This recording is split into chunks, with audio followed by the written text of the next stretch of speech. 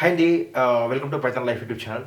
So ఈరోజు మన topic వచ్చేసరికి ఏంటంటే ఫుల్ స్టాక్ డెవలపర్ అవ్వాలంటే ఏం చేయాలి అండ్ ఏం నేర్చుకునేది ఈ వీడియోలో మనం పూర్తిగా డిస్కస్ చేద్దాము. సో అదే రాశాను అనమాట, ఇక్కడ ఫుల్ స్టాక్ డెవలపర్ అని చెప్పేసి రాశాను. సో ఫుల్ స్టాక్ అంటే ఏంటంటే ఫ్రంట్ ఎండ్ ఉంటుంది, బ్యాక్ ఎండ్ ఉంటుంది. సో అదేవిధంగా డేటాబేస్ కూడా ఉంటుంది. సో ఫ్రంట్ ఎండ్లో ఏం నేర్చుకోవాలి, బ్యాక్ ఎండ్లో ఏం నేర్చుకోవాలి, డేటాబేసెస్ ఏం నేర్చుకోవాలి. సో ఒక ఫుల్ స్టాక్ డెవలపర్ అవ్వాలంటే ఏమేమి రావాలో అవన్నీ కూడా ఈ వీడియోలో క్లియర్ అవుతాయి. సో ఫస్ట్ అనేది మీరు ఏం స్టార్ట్ చేయాలంటే, ఒకవేళ ఫుల్ స్టాక్ డెవలపర్ అవ్వాలంటే ఫ్రంట్ ఎండ్లో మీకు ఫస్ట్ రావాల్సింది ఏంటంటే HTML, hyper text markup language. అదే రాస్తాను అనమాట. HTML ఫ్రంట్ ఎండ్లో HTML అనేది తప్పనిసరిగా రావాలి. ఎందుకంటే ఫుల్ స్టాక్లో మీరు ఫ్రంట్ ఎండ్ ఏమైనా డెవలప్ చేయడానికి వెళ్ళినప్పుడు మీకు HTML అనేది చాలా ఉపయోగపడుతుంది. సో అదేవిధంగా HTMLతో పాటు మీకు CSS కూడా రావాలి. CSS కూడా మనకి చాలా చాలా ఇంపార్టెంట్. సరే, ఫ్రంట్ ఎండ్ HTML CSS నేర్చుకున్నారు, ఓకే. దాని తర్వాతకి ఏం చేయాలంటే మీకు ఫ్రేమ్వర్క్స్ ఉంటాయి. అట్లా ఫ్రంట్ ఎండ్ ఫ్రేమ్వర్క్స్ ఉంటాయి. ఫర్ ఎగ్జాంపుల్ తీసుకున్నట్లయితే రియాక్ట్ కానీ, వ్యూ కానీ, యాంగులర్ కానీ, బూట్స్ట్రాప్ కానీ ఇలాంటివి ఉంటాయి. సో మీరు ఏదైనా ఒక ఫ్రేమ్వర్క్ అయితే నేర్చుకోండి. రియాక్ట్ అయినా కానీ, లేకపోతే యాంగులర్ అయినా కానీ నేర్చుకోండి. సో మీరు ఎప్పుడైతే ఫ్రంట్ ఎండ్లో HTML, ఓకే, అదేవిధంగా క్యాస్కేడింగ్ స్టైల్ షీట్స్ అంటే CSS, దాని తర్వాతకి ఏదైనా ఒక ఫ్రేమ్వర్క్ నేర్చుకున్నారనుకోండి, అప్పుడు మీకు ఫ్రంట్ ఎండ్ అనేది క్లియర్గా వచ్చినట్లు. సో ఫర్ ఎగ్జాంపుల్ మీరు ఫ్రంట్ ఎండ్ నేర్చుకున్నారు, HTML కానీ CSS కానీ నేర్చుకున్నారు, అదేవిధంగా ఏదో రియాక్ట్ కానీ యాంగులర్ కానీ నేర్చుకున్నారు అనుకోండి, బూట్స్ట్రాప్ కానీ నేర్చుకున్నారు అనుకోండి. సో అప్పుడు మీరు ఏం చేయొచ్చు అంటే ఫ్రంట్ ఎండ్ సంబంధించిన వెబ్ పేజెస్ అనేది బిల్డ్ చేయొచ్చు. ఫర్ ఎగ్జాంపుల్ మీరు ఏం చేయనప్పుడు సింపుల్గా ఏదైనా ఒకటి ఐడియా తీసుకోండి. ఎలా అంటే అమెజాన్ సంబంధించిన వెబ్ పేజ్ చేస్తాను, లేకపోతే ఫ్లిప్కార్ట్ సంబంధించింది కానీ, లేకపోతే ఏదైనా బ్లాగ్ సంబంధించింది కానీ, లేకపోతే గవర్నమెంట్ సంబంధించిన ఏదైనా ఒక వెబ్సైట్ కానీ. సో ఏదో ఒక ఐడియా అనుకొని ఈ ఫ్రంట్ ఎండ్ సంబంధించిన అన్ని కూడా యూస్ చేసుకొని ఒక వెబ్ పేజ్ బిల్డ్ చేసుకోండి ఫస్ట్ అయితే. సో ఇంతవరకు పర్ఫెక్ట్ ఫ్రంట్ ఎండ్ పర్ఫెక్ట్ ఉన్నప్పుడు మీరు ఏం చేయాలంటే సెకండ్ బ్యాక్ ఎండ్కి రండి. సో బ్యాక్ ఎండ్ అంటే ఏంటంటే మీరు ఏదైతే ఫ్రంట్ ఎండ్లో డెవలప్ చేసారో, ఆ ఫ్రంట్ ఎండ్కి బ్యాక్ ఎండ్కి కనెక్షన్ అయితే ఉండాలి. ఎందుకంటే ఫర్ ఎగ్జాంపుల్ మీరు ఒక వెబ్ పేజ్ డెవలప్ చేసిండ్రు, ఆ వెబ్ పేజ్ డెవలప్ చేసినప్పుడు దానిలో ఒక ఫామ్ పెట్టిండ్రు, నేమ్ అని, లేకపోతే ఈమెయిల్ అని, లేకపోతే సంథింగ్ పాస్వర్డ్ అని పెట్టిండ్రు. సో అవన్నీ కరెక్ట్గా ఇచ్చినప్పుడు మీరు సబ్మిట్ అని క్లిక్ చేసిన వెంటనే మీకు వేరే పేజ్కి రీడైరెక్ట్ అవ్వడం కానీ, లేకపోతే మీరు కరెక్ట్గా పాస్వర్డ్ ఇచ్చారా లేదా టెస్ట్ చేయడం కానీ, ఇవన్నీ కూడా ఎలా చేస్తారంటే బ్యాక్ ఎండ్లో అనేది మనం అయితే రాయాల్సి వస్తుంది.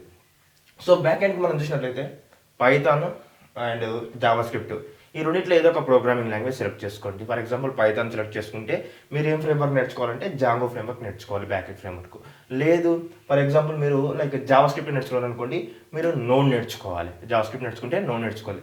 లేదు జావా నేర్చుకోవాలనుకోండి జావా నేర్చుకుంటే స్ప్రింగ్. లేదు మేము C# నేర్చుకున్నామంటే ASP.NET. సో మీరు ఏదైతే ప్రోగ్రామింగ్ లాంగ్వేజ్ సెలెక్ట్ చేసుకుంటున్నారో దానికి ఎగ్జాక్ట్గా డిఫరెంట్ ఫ్రేమ్వర్క్స్ ఉంటాయి.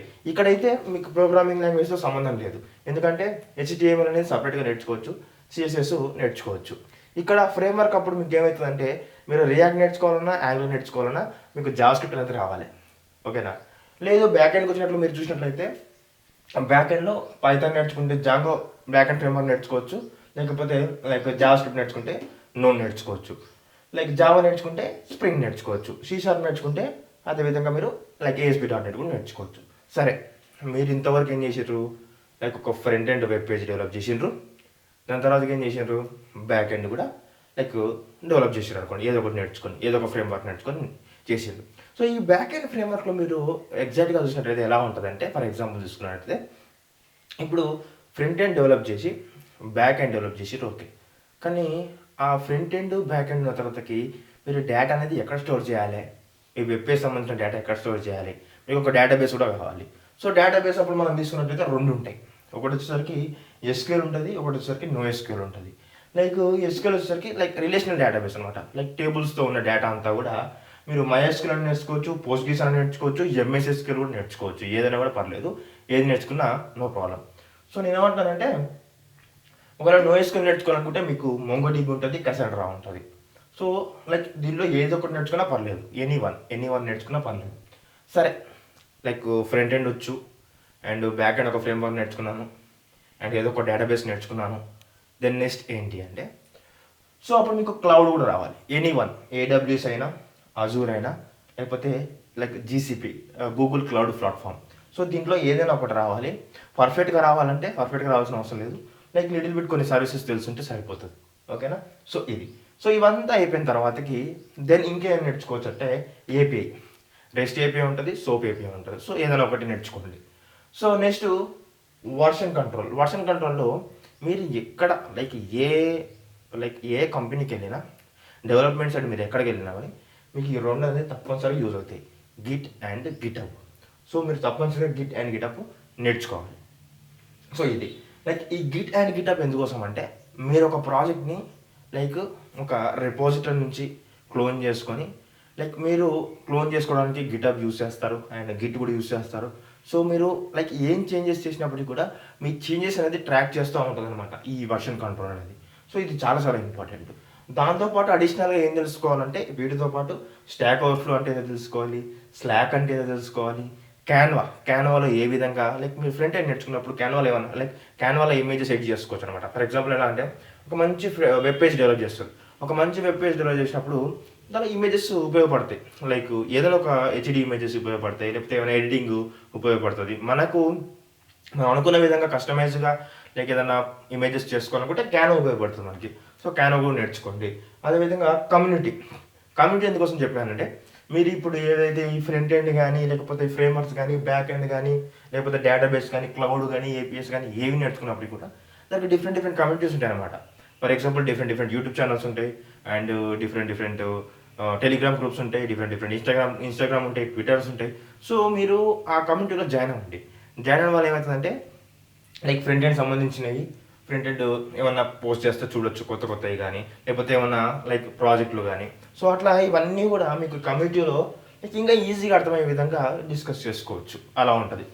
సో ఇవన్నీ చేసిన తర్వాతకి మీరు ఫోకస్ చేయాల్సింది ఏంటంటే ప్రాజెక్ట్స్. సో ప్రాజెక్ట్స్ అన్నప్పుడు ఏం చెప్తున్నానంటే, front end, back end, database మొత్తం కనెక్టివిటీతో ఒక ప్రాజెక్ట్ అయితే చేయండి. ఎండ్ టు ఎండ్ ప్రాజెక్ట్ అంటారు దాన్ని. సో ఫ్రంట్ ఎండ్ నుంచి మీరు డేటా పాస్ చేసి, లైక్ బ్యాక్ ఎండ్లో స్టోర్ చేసి, మళ్ళీ బ్యాక్ ఎండ్ నుంచి డేటాని ఫ్రంట్ ఎండ్లో డిస్ప్లే చేసుకోవడం, ఈ టోటల్ ప్రాజెక్ట్ని మొత్తం కూడా డిప్లాయ్ చేసుకోవడం, క్లౌడ్ యూజ్ చేసుకొని. సో ఇట్లా ఎండ్ టు ఎండ్ ప్రాజెక్ట్ చేయండి. లైక్ ఈ కామర్స్ వెబ్సైట్ అని చెప్తూ ఉంటారు. సో అట్లాంటి ప్రాజెక్ట్ చేయడానికి ట్రై చేయండి. సో ఇది టోటల్గా ఫుల్ స్టాక్ డెవలపర్కి అయ్యే స్కిల్స్. సో ఏం నేర్చుకోవాలనేది నేను చెప్తాను కొన్ని ఇంపార్టెంట్ అయితే. లైక్ హెచ్టిఎంఎల్ సిఎస్ఎస్ నేర్చుకోవాలి. ఇక్కడ నీ ఇష్టం, రియాక్ట్ అయినా యాంగులర్ అయినా ఒకటి నేర్చుకోండి. ఇక్కడ పైథాన్ నేర్చుకుంటే జావా నేర్చుకోండి, జావా స్క్రిప్ట్ నేర్చుకుంటే నోడ్ నేర్చుకోండి, లేకపోతే జావా నేర్చుకుంటే స్ప్రింగ్ నేర్చుకోండి, సిసార్ నేర్చుకుంటే ఏఎస్పీ. మీ ఇష్టం, మీ ప్రోగ్రామింగ్ లాంగ్వేజ్ డిపెండ్ అయి ఉంటుంది ఇక్కడ ఫ్రేమ్వర్క్ అనేది, బ్యాక్ ఎండ్ అనేది. సో ఇక్కడ మాత్రం ఎనీవన్, లైక్ పోస్ట్ ఎనీవన్ నేర్చుకోండి. ఇక్కడ కూడా ఎనీవన్. ఓకే.